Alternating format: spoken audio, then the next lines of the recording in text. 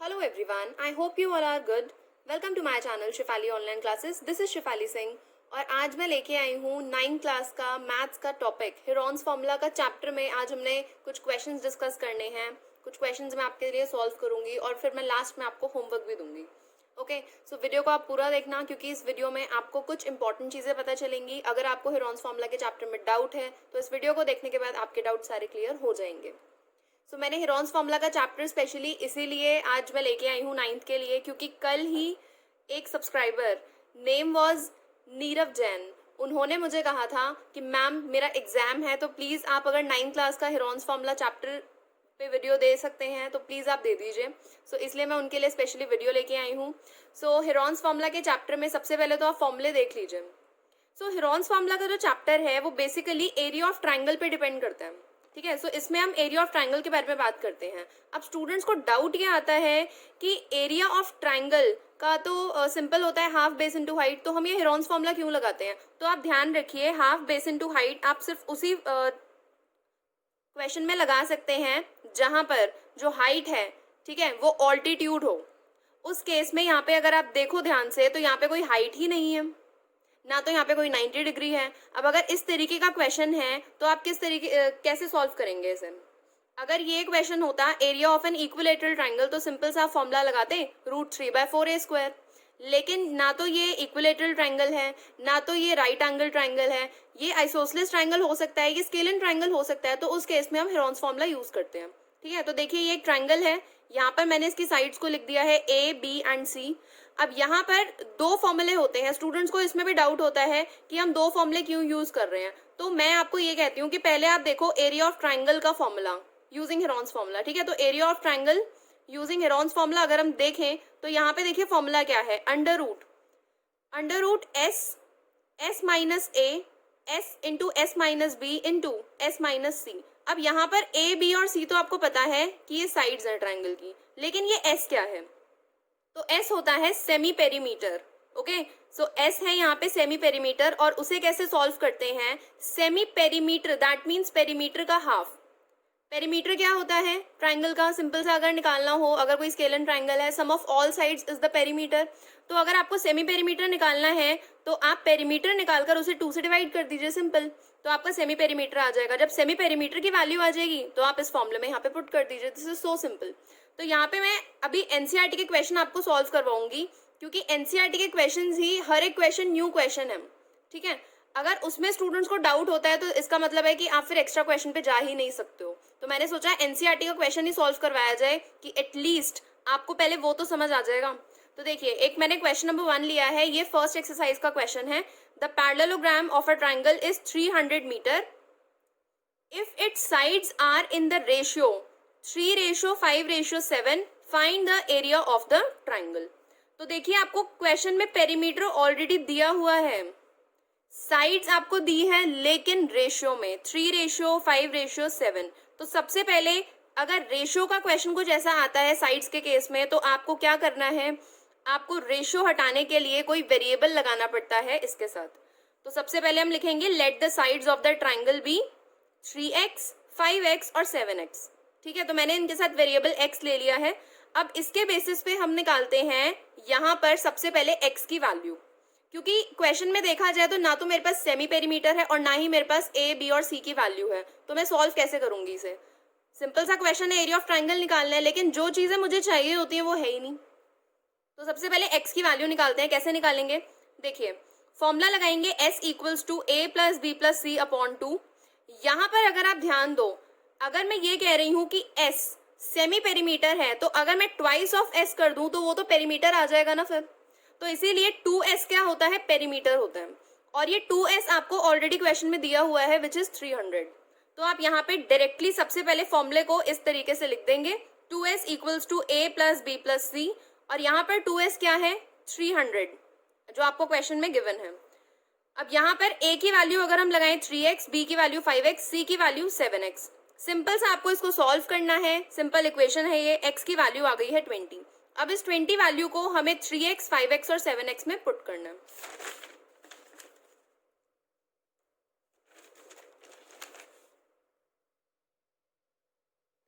तो देखिए मैंने यहाँ पे वैल्यूज पुट की हैं। ए की वैल्यू है 3x equals to 3 into 20 which is 60 metre, b की वैल्यू है 5x विच इज 5 इंटू 20 क्योंकि ये दोनों मल्टीप्लाई में है तो 100, और सी की वैल्यू आ गई है ऐसे ही 140।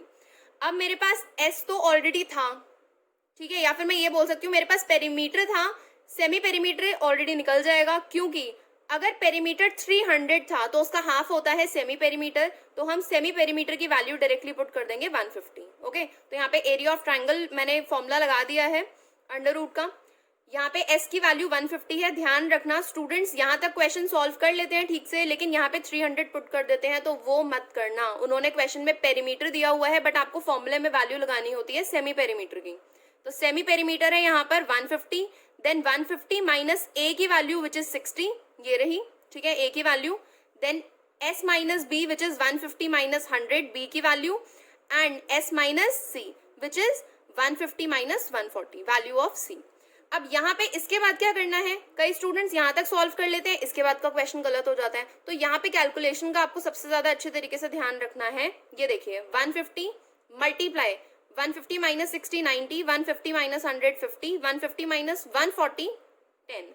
अब आपको करना क्या है, आपको यहाँ पे दिख रहा है कि हर किसी के यूनिट प्लेस पे 0 है, दैट मीन्स ये 10 यहाँ पे कहीं ना कहीं कॉमन निकल रहा है। तो सबसे पहले आप क्या करो, 15 इंटू 10 मैं यहाँ पे ब्रेक करूंगी, यहाँ पे आपको फैक्टर्स बनाने हैं। अब फैक्टर बनाने कैसे हैं कि आपका काम इजीली सॉल्व हो जाए। फैक्टर तो हर कोई बना लेता है, लेकिन आपको अपना टाइम भी सेव करना है और फैक्टर ठीक तरीके से भी निकालने हैं। सो 150 को मैंने लिखा 15 इंटू 10, तो ये है 150। 90 को 9 इंटू 10, 50 को 5 इंटू 10 एंड 10 तो एज इट इज आ जाएगा। अब क्योंकि अंडर रूट है और स्क्वायर है ये, ठीक है, स्क्वायर रूट है, तो आपको पेयर बाहर निकालने हैं। तो अगर आप ध्यान से देखो तो यहाँ पे 1 2 3 और 4, तो यहाँ पे 4 10 है मेरे पास। अगर 4 10 है तो मैं 2 स्क्वायर रूट के बाहर निकाल सकती हूँ, ठीक है, क्योंकि इसका पेयर बन रहा है, इसका यहाँ पे स्क्वायर मिल चुका है। तो 10 इंटू 10 मैंने 2 10 बाहर निकाल दिए। ध्यान रखो 2 10 इसलिए बाहर निकाले क्योंकि यहाँ पे 4 10 थे। अंडर रूट में 15 इंटू 9 इंटू 5 क्योंकि अभी तक इनके फैक्टर नहीं बने हैं। नेक्स्ट स्टेप में इनके फैक्टर बनाते हैं, तो 15 के फैक्टर बने हैं 5 इंटू 3, 9 के 3 इंटू 3 और 5 के 5 एज इट इज, ठीक है। 100 का 100 एज इट इज आ जाएगा। अब यहाँ पर अगर आप ध्यान दो तो यहाँ पे 5 कितने हैं, 1 2, दैट मीन्स यहाँ पे 5 का फैक्टर भी हमें 2 मिल गए हैं, तो यहाँ पे एक 5 बाहर आ सकता है। देन 3 भी यहाँ पे 2 मिल रहे हैं, सो इस केस में क्या होगा, ये भी अंडर रूट के बाहर आ जाएगा और अंडर रूट में सिर्फ बचा एक सिंगल 3 जिसका कोई पेयर नहीं था। तो जिसका पेयर नहीं होता है वो अंडर रूट में रहता है, जिसके पेयर्स बन जाते हैं उसे आप अंडर रूट के बाहर निकाल दो। ये ध्यान रखिए, चीजें छोटी छोटी सी बेसिक्स चीजें हैं ये। अब यहाँ पे 100 into 5 into 3 which is 1500 under root 3 metre square. अब आपकी मर्जी है, अगर आपको रूट 3 की वैल्यू लगानी है तो आप रूट 3 की वैल्यू लगा सकते हैं विच इज 1.732। उसके बाद आप 1500 को 1.732 से मल्टीप्लाई कर सकते हैं और आपका एग्जैक्ट आंसर आ जाएगा, आपका आंसर रूट में नहीं आएगा। ओके, सो ये था फर्स्ट क्वेश्चन। सेकंड क्वेश्चन बहुत ही इंपॉर्टेंट क्वेश्चन है, तो सेकंड क्वेश्चन देखते हैं। सी दिस, ये आपका सेकंड एक्सरसाइज का क्वेश्चन है और ये सिर्फ और सिर्फ एरिया ऑफ ट्राइंगल नहीं है, इसमें आपको कुछ और भी चीजें हैं जो ध्यान रखनी पड़ेंगी। तो क्वेश्चन 2 क्या है, a field is in the shape of a trapezium whose parallel sides are 25 meter and 10 meter and the non-parallel sides are 14 meter and 13 meter. So find the area of the field. अब यहाँ पे ध्यान दो, आपको triangle नहीं बोला है कहीं पे भी, ठीक है, कहीं पे भी ट्राइंगल वर्ड नहीं लिखा है, आपको ट्रेपेजियम की वैल्यूज दी हुई है और आपको पता है ट्रेपेजियम की शेप ऐसी होती है जिसमें एक पैर होता है पैरेलल साइड्स का और एक पैर होता है नॉन पैरेलल साइड्स का, ठीक है। तो यहाँ पे सबसे पहले मैंने एक ट्रेपेजियम बनाया क्योंकि ये फिगर क्वेश्चन में नहीं थी तो ये अपने आप ही बनानी है, तो देख लो कैसे बनानी है। A field is in the shape of a trapezium, तो ट्रेपेजियम सबसे पहले बना लिया। पैरेलल साइड्स थी 10 मीटर और 25 मीटर, मैंने लॉन्गेस्ट साइड को ले लिया है 25, शॉर्टेस्ट को ले लिया है यहाँ पे 10। देन मेरे पास नॉन पैरेलल साइड्स की वैल्यू थी 14 मीटर और 13 मीटर, तो मैंने भी उसे यहाँ पर लिख दिया। उसके बाद क्या करेंगे, अब ट्रेपेजियम का तो यहाँ पे फॉर्मूला है नहीं डायरेक्टली कोई, ट्रेपेजियम का एरिया कैसे निकालेंगे, तो इसमें आपको कुछ कंस्ट्रक्शन करनी पड़ेगी। तो ये जो मैंने डॉटेड लाइंस यहाँ पे ड्रॉ की हैं ये कंस्ट्रक्शन है, ये कंस्ट्रक्शन आपको खुद करनी पड़ेगी, आपको क्वेश्चन में नहीं लिखा होगा कि आपको ये करना है। अब ध्यान दो, फ्रॉम बी, सो बी वाले पॉइंट से draw BE is parallel to AD। अब ध्यान रखो, कंस्ट्रक्शन भी ऐसे नहीं है कि कहीं पे भी लाइन आप ड्रॉ कर दो। आपको देखना है कि अगर आप कंस्ट्रक्शन कर रहे हो तो आप किस वजह से कंस्ट्रक्शन करोगे ताकि आपका क्वेश्चन इजीली सॉल्व हो जाए। तो ध्यान रखिए, मैंने यहाँ पर AD के एक पैरेलल साइड बनाई है BE। तो आप यहाँ से देख सकते हो कि ABED एक पैरेललोग्राम बन गया है मेरा। और अगर मैंने AD के पैरेलल साइड बनाई है BE, तो यहाँ पे AB के पैरेलल DE भी आ गया। तो मेरे पास एक तो ये ट्रायंगल आ गया है और मेरे पास एक ये पैरेललोग्राम आ गया है। लेकिन ये सिर्फ ऐसे ओरली काम नहीं होगा, you have to write it. So देखिए, from B draw BE is parallel to AD। So BE is parallel to AD मैंने ड्रॉ कर दी है। Therefore ABED is a parallelogram having BE is parallel to AD and AD is parallel to DE। तो ये देख सकते हो आप, AD is parallel to BE भी है और AB is parallel to DE भी है। ओके, अब यहाँ पे आप लगाओगे प्रॉपर्टी पैरेललोग्राम की। पैरेललोग्राम की ऑपोजिट साइड्स इक्वल होती हैं।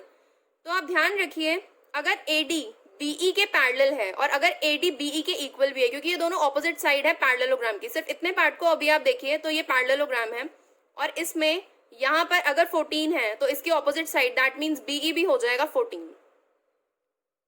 देन अगर AB 10 है, अब ध्यान रखो यहाँ पे मिस्टेक मत करना। आपको यहाँ पर पैरेलल साइड एक दी थी 10 मीटर और एक थी 25 मीटर, तो 25 ये पूरी DC है, ठीक है। लेकिन जब ये पैरेललोग्राम बन गया तो अब ये सिर्फ इतना वाला पार्ट ही पैरेललोग्राम है। तो इस केस में अगर AB 10 है तो इसके सामने ऑपोजिट साइड सिर्फ DE है, तो ये भी 10 मीटर हो जाएगी। ओके, सो अगर ये पूरी 25 थी, उसमें से अगर इतनी पोर्शन 10 है तो ये वाला पोर्शन क्या हो जाएगा 15 मीटर। So simple. अब ये बेसिक्स होते हैं, स्टूडेंट्स यहीं पे मिस्टेक कर देते हैं और इसे सिली मिस्टेक्स कहते हैं। तो सिली मिस्टेक्स आपको क्वेश्चन में कभी भी आंसर में आपको करनी ही नहीं है। ओके, बहुत ध्यान से क्वेश्चन को आपने करना है। तो यहाँ पर देखिए, मैंने लिखा AB is parallel to DE, AD BE के इक्वल हो गया। BE है अब यहाँ पे 14, ठीक है, तो BE भी 14 हो गया और यहाँ से ऐसे ही DE भी मैंने फाइंड आउट कर लिया है 10 मीटर। और CE की अगर हम देखें यहाँ पे वैल्यू, तो CE की वैल्यू आ रही है 15। कैसे? अगर मैं DC में से DE माइनस कर दूं then I will get EC। So CE की वैल्यू आ गई है 15 मीटर। अब यहाँ पर ध्यान से देखो कि करना क्या है, सबकी वैल्यूज निकाल ली है। अब यहाँ पर ये जो ट्राइंगल है, सबसे पहले अगर मैं इसका एरिया निकाल लूं तो कहीं ना कहीं मेरा most of the question solve हो जाएगा। और क्यों ये पहले सॉल्व करना है ये आपको आगे के क्वेश्चन में पता चलेगा। तो देखिए, सबसे पहले मैं BEC ट्राइंगल का एरिया निकालूंगी। तो BEC ट्राइंगल का एरिया निकालने के लिए I have A, I have B, I have C। Then BEC के लिए S equals to A plus B plus C upon 2। So A की वैल्यू 14, B की वैल्यू 13 और C की वैल्यू 15 अपॉन 2। इसकी वैल्यू अगर आप सॉल्व करेंगे then you will get S equals to 42 upon 2, ठीक है। सो ये आ गया 21 मीटर। तो S की वैल्यू आ गई है 21 मीटर, सेमी पेरीमीटर 21 आ गया। अब एरिया ऑफ ट्राइंगल BEC निकालेंगे यूजिंग हेरॉन्स फॉर्मूला। तो हेरॉन्स फॉर्मूला क्या था? Under root S minus A into S minus B into S minus C। S की वैल्यू है 21, ठीक है। देन 21 माइनस 14, क्योंकि हमने वैल्यूज देखी थी, ABC की वैल्यूज जस्ट यहाँ पे मैंने पुट की हैं। उसके बाद सिंपली माइनस करके इसके फैक्टर्स बनाए हैं। सो 21 के फैक्टर बने हैं 3 इंटू 7, 7 का ओनली 7, 8 के फैक्टर हैं 2 इंटू 2 इंटू 2 और 6 के फैक्टर हैं 2 इंटू 3। अब यहाँ से आप पेयर निकालना शुरू करिए। सो अगर आप 3 देखो तो 3 एक ये रहा और एक ये रहा, तो 2 3 हमें अगर मिल गए हैं तो दैट मीन्स स्क्वायर रूट से बाहर आ सकते हैं ये।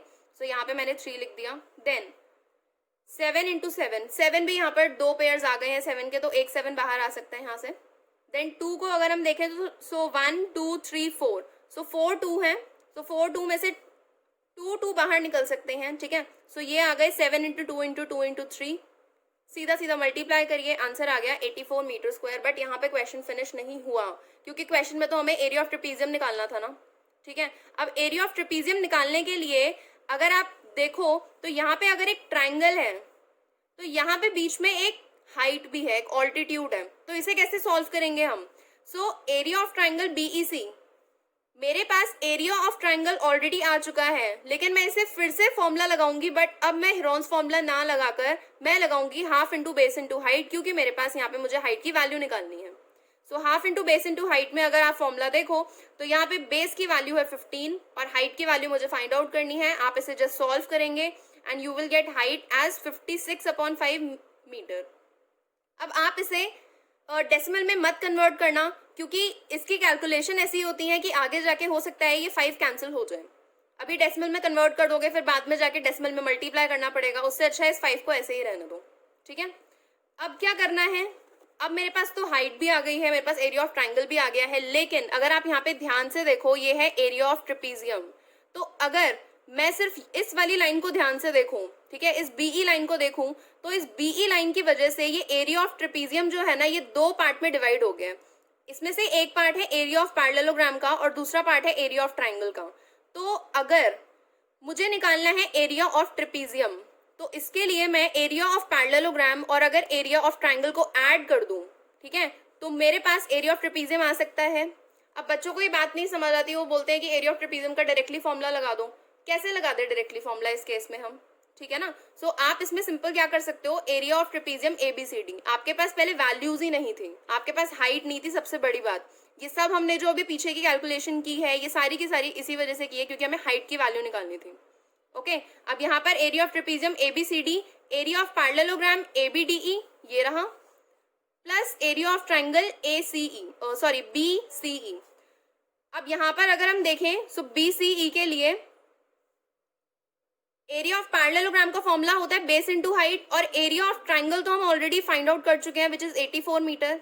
सो बेस इनटू हाइट के लिए अगर आप पैरेललोग्राम को देखो सो बेस क्या है 10 मीटर और हाइट क्या है यहाँ पे 56 मीटर, ठीक है, सॉरी 56/5 मीटर। अब मैं हाइट यहाँ से ड्रॉ करूँ या हाइट यहाँ से ड्रॉ करूँ, एक ही बात है। बच्चे कहते हैं कि यहाँ पे तो पैरेललोग्राम में तो हाइट आ ही नहीं रही है, फिर आप ये वाली हाइट कैसे ले सकते हो। वो इसलिए क्योंकि अगर यहाँ पे हाइट आ रही है तो हाइट तो यहाँ से भी आ सकती है ना, उसमें कौन सी बड़ी बात है। ठीक है, सो अगर आप यहाँ से हाइट ड्रॉ कर दोगे तब भी वैल्यू सेम ही आएगी 56/5। ओके, अब यहाँ पे इस केस में अगर हम देखें तो बेस इंटू हाइट आपने सिंपल फॉर्मूला लगाया प्लस 84, इस 84 को ऐड करना मत भूलना क्योंकि ये भी इस ट्रेपीजियम का पार्ट है। सिंपली आप इसको सॉल्व करेंगे, you will get 196 meter square as your answer of area of trapezium. So ऐसे बहुत सारे क्वेश्चन आपको रेफरेंस बुक्स में मिल जाएंगे, एनसीईआरटी में ही मिल जाएंगे। एनसीईआरटी के जो सेकंड एक्सरसाइज है उसका हर एक क्वेश्चन एक दूसरे से रिलेट नहीं करता है, उसके हर एक क्वेश्चन में आपको कुछ न्यू तरीके से क्वेश्चन को सॉल्व करना पड़ेगा। वो इसीलिए क्योंकि हर एक क्वेश्चन डिफरेंट है, तो आप जितनी प्रैक्टिस करेंगे आपकी उतनी अच्छे तरीके से प्रिपरेशन हो जाएगी। और ये तो थे मेरे आज के क्वेश्चन, लेकिन अब मैं आपको कुछ होमवर्क दे रही हूँ जो आपको कमेंट सेक्शन में मुझे आंसर करके बताना है। ठीक है, सो आपके लिए होमवर्क है ये। सो ये 3 क्वेश्चंस हैं, आप इसको पॉज कर सकते हैं वीडियो को यहाँ पे और पॉज करके आप इन क्वेश्चंस को नोट कर सकते हैं। ठीक है, सो क्वेश्चन नंबर 1 है the sides of a triangle are 11 centimetre, 15 centimetre and 16 centimetre. You need to find the altitude to the largest side. तो ये इंपॉर्टेंट क्वेश्चन है, इस तरीके के क्वेश्चन एग्जाम में पूछ लिए जाते हैं। सो अगर आपको साइड्स दी हुई हैं और आपको ऑल्टीट्यूड निकालना है टू द लार्जेस्ट साइड, तो अब आपको दिमाग लगाना है कि आपको करना क्या पड़ेगा। तो इसका आंसर मुझे कमेंट सेक्शन में आप जरूर देना। सेकंड क्वेश्चन है find the length of the each side of an equilateral triangle of area 16√3 square centimetre. देखो मैंने जो तीनों क्वेश्चन दिए हैं वो एक दूसरे से बहुत डिफरेंट है। सो ये अलग क्वेश्चन था। अब यहाँ पे मैंने आपको कहा है कि आपको लेंथ निकालनी है इक्विलेटरल ट्राइंगल की, लेंथ ऑफ साइड मतलब आपको साइड की वैल्यू निकालनी है इक्विलेटरल ट्राइंगल की। अगर आपको एरिया दिया है 16√3 स्क्वायर सेंटीमीटर। और थर्ड क्वेश्चन है the adjacent sides of a parallelogram ABCD measures 34 centimetre and 20 centimetre और डायगनल की वैल्यू दी है, diagonal is AC 42 centimetre. Find the area of the parallelogram. ठीक है, जिस क्वेश्चन में आपको वैल्यू नहीं जो फिगर नहीं दी होती है उस केस में तो आपको और अच्छे तरीके से क्वेश्चन को सॉल्व करना चाहिए। आप इसमें सिली मिस्टेक के चांसेस आप कर भी नहीं सकते हैं कि नहीं थोड़ी बहुत गलती होगी तो चल जाएगा, बिल्कुल भी नहीं चलेगा। ओके, सो इनका आंसर्स मुझे आप कमेंट सेक्शन में दीजिएगा। अपार्ट फ्रॉम दिस मैंने 9th की और 10th की कुछ और वीडियोस डाली हुई हैं अपने चैनल पे, आप प्लेलिस्ट जाके चेक कर सकते हैं। मैं डिस्क्रिप्शन बॉक्स में भी आपको प्रोवाइड दे रही हूँ। ठीक है, तो मिलते हैं नेक्स्ट वीडियो में। आप बताना कि आपको ये वाली वीडियो कैसी लगी है। वीडियो को लाइक करिए, अपने फ्रेंड्स के साथ शेयर ज़रूर करिए ताकि अगर जिनकी भी प्रॉब्लम है हेरॉन्स फॉर्मूला में वो क्लियर हो जाए। अगर वीडियो के रिगार्डिंग आपकी कोई क्वेरी होगी तो आप उसे भी कमेंट सेक्शन में बता सकते हैं। अपार्ट फ्रॉम दिस अगर आपको कोई चैप्टर चाहिए, जैसे अभी कल मुझे किसी सब्सक्राइबर ने कहा था कि मुझे हेरॉन्स फॉर्मूला पर वीडियो चाहिए मैम, तो आप भी बता सकते हैं। अगर आप बताएंगे तो ज़्यादा अच्छा रहेगा, आपकी जो क्वेरी होगी वो जल्दी से जल्दी सॉल्व होने के चांसेस बढ़ जाएंगे। सो मिलते हैं नेक्स्ट वीडियो में एक न्यू कंटेंट के साथ, एक न्यू एजुकेशनल वीडियो के साथ। तब तक के लिए stay motivated, stay safe and bye.